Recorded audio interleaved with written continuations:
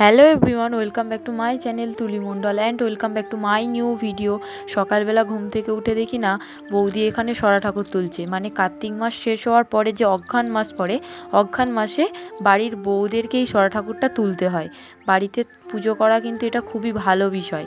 তারপর আমি ফ্রেশ হয়ে নিয়েছিলাম আর মিশো থেকে একটা কল আসলো। রাস্তায় গিয়ে দেখলাম যে আমার পার্সেলটা চলে এসছে। আমি একটা কুর্তি প্যান্ট মানে সেট অর্ডার দিয়েছিলাম, সেটাই চলে এসছে। তো চলো তোমাদেরকে খুলে দেখাই কেমন কি হয়েছে, অবশ্যই জানিও।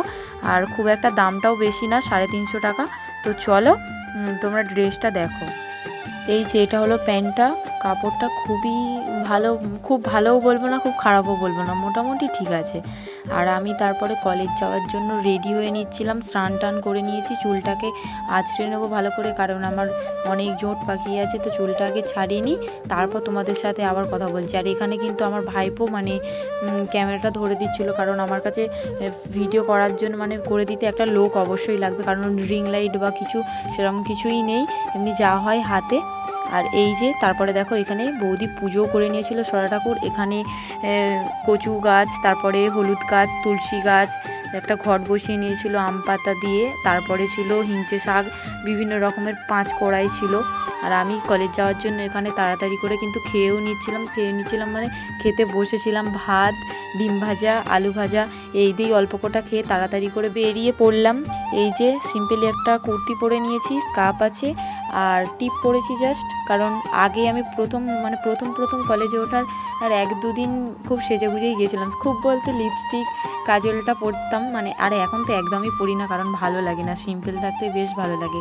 তো চলে এসেছি কলেজে, আমাদের কলেজটা দেখাচ্ছি। আর এর আগের আমি ফার্স্ট দিন যেদিন কলেজ গিয়েছিলাম সেই ব্লগ আমার একটা অলরেডি ইউটিউবে আপলোড করা আছে, তোমরা চাইলে দেখতে পারো। আর আমাদের কলেজটা কেমন সেটাও তোমরা আমার ওই ভিডিওতেই দেখে নিতে পারো, লিঙ্কটা আমি শেয়ার করে দিচ্ছি।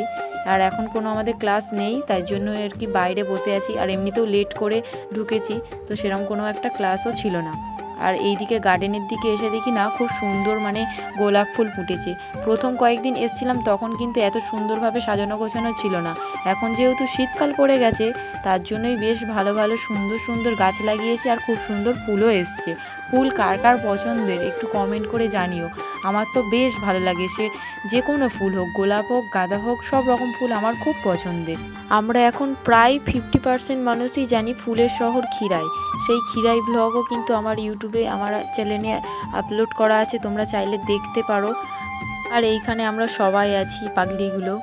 আর নেহা তো একদম ওই ধার থেকে উঁকি মেরে মেরে দেখছে, মানে আমি ওকে বলছিলাম যে তুই পরের মতো অত দূরে কেন দাঁড়িয়ে আছিস, তোর ব্যাপার কি। তারপর বলতে আমার সামনে এলো, আর ওরা সবাই না ভাবছিল যে আমি সেলফি তুলছি, ঠিক আছে।